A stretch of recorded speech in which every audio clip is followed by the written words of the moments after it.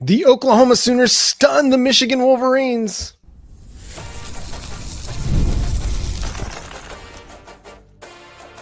You are Locked On Sooners, your daily podcast on the Oklahoma Sooners. Part of the Locked On Podcast Network, your team every day. What's up, and welcome to a special post-game edition of Locked On Sooners. Today's episode is brought to you by FanDuel. You can get going with a big return on FanDuel. New customers can place a $5 bet, and you'll get started with $150 in bonus bets if you win your first $5 bet. Visit FanDuel.com to get started. I'm John Williams. He's Jay Smith. The Oklahoma Sooners knock off the Michigan Wolverines in a top 25 showdown in the Jumpman Invitational. Oklahoma was down 11 at two different points in this game. About 15-minute mark, they're down 11. They close in to pull within 3. Michigan extends that lead again out to 11 with roughly, 9 minutes to play. Oklahoma then goes on a 19-7 run to take a lead at about 5:51 in the game. Michigan battles back, takes the lead from Oklahoma, who at one point had a 4-point lead with 3 minutes to play. Michigan up 3 with 1:14, and Jeremiah Fears comes through with the heroics. The three-pointer with seconds left on the clock, gets fouled on the play. And one. The free throw clutch. 30 points for Jeremiah Fears tonight. Absolutely incredible win. And even the closing out defense they had, and Trey Donaldson for Michigan got to get a shot up, and just the way they closed out on it and forced him to put up an erratic shot that he didn't want to. The rebound bounced around, and then boom, game done. Jeremiah Fears is him, as we see here on the rundown. My goodness, he is balling out, and he's having a season. Like, he's putting himself easily in a situation where he's going to be a top 5 pick, potentially, at least a lottery pick in the upcoming draft. Just, he doesn't have to even put up the 35, 40 burgers on a regular basis or whatnot, but he's doing them consistently, especially when the team needs it, John. Coming in this game at 30 points, 8 for 12 from the field, 3 for 4 from 3. But what jumped out to me the most? 11 for 13 from the line. So he was finding ways to get to the line on a regular basis, causing fouls on Michigan. I know that at one point, Vlad Golden was out the game because of foul trouble. That gave the Sooners the opportunity to start to go in and run the score up a little bit more, or at least mount a comeback. Gotta say, man, I'm impressed with the way that Porter's boys are playing right now, and I'm just hoping that it continues to bleed in when we get to SEC play. Yeah, it was just a tough game, man. They played mentally tough, physically tough. They battled throughout, and again, they had every reason to just let that game get away from them. You're down 11 at 2 different times in the second half, and you're having a hard time containing Michigan's big men, but you still found a way. And shout out to Sam Godwin and Luke Northweather. Those guys battled all game long. And although, Michigan's big guys, they were able to, put some stuff together and have a really productive night.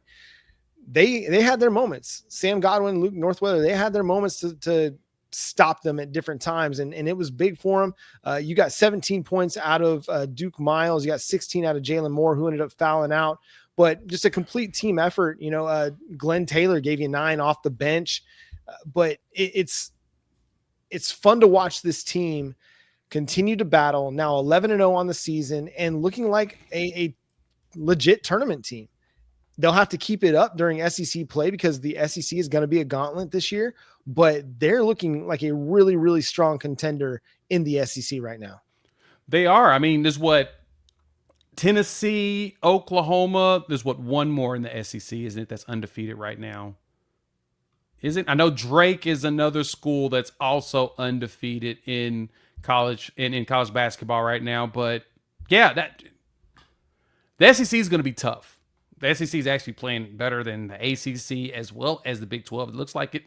Adding Texas and Oklahoma to the SEC has made this a conference about basketball, right? Right. But no, they're playing really, really, really, really good ball. So like as I come here to it, you have Florida, Tennessee, and Oklahoma. I knew there was 3 teams in the SEC. The only ones left that are undefeated. Somehow Oklahoma is still ranked 14th in the nation. But, we won't be mad at Stephen Means over there at Cleveland.com who decided to put Oklahoma State number 10 in the country instead of Oklahoma because he got his Oklahomas mixed up. It's fine. We won't lose our mind on him right now like I just did. But we may need to respect what Oklahoma's doing on the hardwood, and we need to get out there to them games. Lloyd Noble needs to be rocking from now on, because that's huge to go out there to that Jumpman Invitational and win it on a game winner. The best thing you said, John, not on this, has been with the way Porter Moser has had these boys playing, being down 11, fighting back, and then going back down 11, and still having the will and the fight to push, get all the way up, and make it a 3-point game. And then, of course, Fears ain't got no fear in his blood, just ice cold. Ice Trey out here talking about a minute ago, or whatnot. Trae Young talking about how cold he is. But he went out there, hit that 3, and got the foul, and then hit the free throw to close it.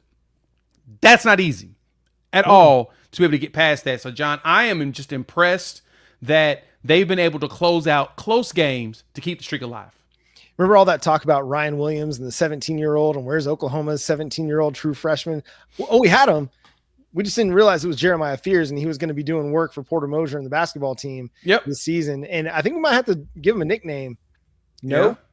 Jeremiah No Fears. No Fears, I like. Because they have to. I mean, he just plays the game, dude, in a way that is really, really fun to watch. And you're going to hear it ad nauseum this year, but enjoy it while it lasts, because he's going to be a lottery pick next year. But man, it's so much fun, dude. It does show Porter Moser has the ability to go and land a kid like this. He's got the ability to get big time players to come to Oklahoma, because he got Jeremiah Fears to come to Oklahoma, and then he convinced him, or Jeremiah Fears, whatever the conversation was, got him to enroll early. And it's crazy to me that this kid is as good as he is right away. And there were basketball guys out there. My guy, Bryant Cruz for Sooners Wire, was telling me this is a kid that he should be playing 30 minutes a game by the time we get to January. And he's ahead of schedule on that, but he's just playing in a well-rounded manner. It's getting to the bucket. It's hitting clutch threes. It's getting to the free throw line, as you mentioned, Jay, and just doing everything for this team and being a really, really good facilitator. But it goes beyond him too, because you're getting really solid performances up and down the lineup. And that's where this team needs to come together. If you're going to have a tournament run, you've got to have depth scoring, and they're getting it right now. Jalen Moore had an off game from his standards shooting the ball, but he still was able to put up a good 16 spot. And then Duke Miles was 17. I mean, those three have been scoring on a very regular basis and providing really, really good depth scoring for the Sooners all season long. Yeah, we're talking about Jeremiah Fears being a lottery pick out there, but he's only averaging 17.5 points a game, which, as to your point, is perfect because, Fears is averaging 16.7. Jalen Moore is averaging 17.5. He's actually the leading scorer, even though we know Fears is probably the better player on the court. But the most important thing, and the component, like you said, is that you have balance as far as people scoring. So if one's having an off night, somebody else can step out. You have at least three dudes who can do that. Duke Miles getting his 17 piece, which was kind of important in this game because Jalen Moore was struggling, 4 for 12 in the game. He got 16, but he was 4 for 12 from the field. Duke Miles filled in some. Fears added to that. Now the biggest thing is making sure that we get the big men heavily involved, especially going into SEC play to battle some of those guys. But yeah, you want to have that balance so that whenever you get deeper and deeper into not only conference championship play, from conference play, conference championship play, and into the actual tournament, attrition is usually what kicks in. You got to have guys that can step up and take the wheel if needed, especially if you have 2 or 3 guys. If you have a player foul out, just the fact that they were able to adapt and adjust when Jalen fouls out and then be able to make sure you stop that final play. Porter coaching his butt off right now. That's all I got to say. And y'all need to respect that. Put some respect on his name. I get that everyone's massive concern about him has been the constant refreshes of the roster. Mm-hmm. But John, if you get players like Jeremiah Fears on a regular basis, they one and dones. They gone. But if you can convince them to come, ball out, and get them to the point where they can be a one and done, you're going to attract a lot more top-tier talent after that. Yeah. And I mean, you see guys like Dayton Forsythe getting significant minutes in this game too. You know, when Oklahoma needs a little bit of an energy boost, you're throwing in a true freshman this is a vast difference than what we saw a year ago, right? When he was very reluctant to put true freshmen out on the court. You're seeing true freshmen get significant minutes right now. I just wanted to go just kind of the final minutes of the game. From the 5:51 mark, you had 2 players scoring for Oklahoma, and that was it. Duke Miles and Jeremiah Fears. They had the final 14 points for the Oklahoma Sooners to win the game. Those 2 just balled out when it mattered the most. And that's what you need. You need guys that are able to step up when it's crunch time, and both Duke Miles and Jeremiah Fears did. And that's going to do it for this special edition of, unless you got anything else you want to add there, Jay.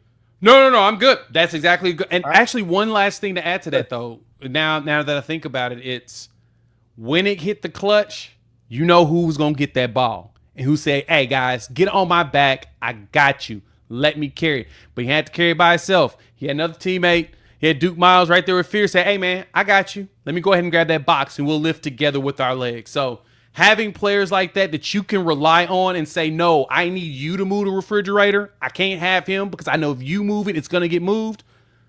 That's a great sign for this team going forward. Just expect to see that at the end of games. Yep, 2 more non-conference games for the Oklahoma Sooners before the SEC grind begins on the hardwood. It's going to be a lot of fun this season, so make sure you're tuned in to Locked On Sooners. We'll continue to have coverage of OU men's basketball as we go throughout.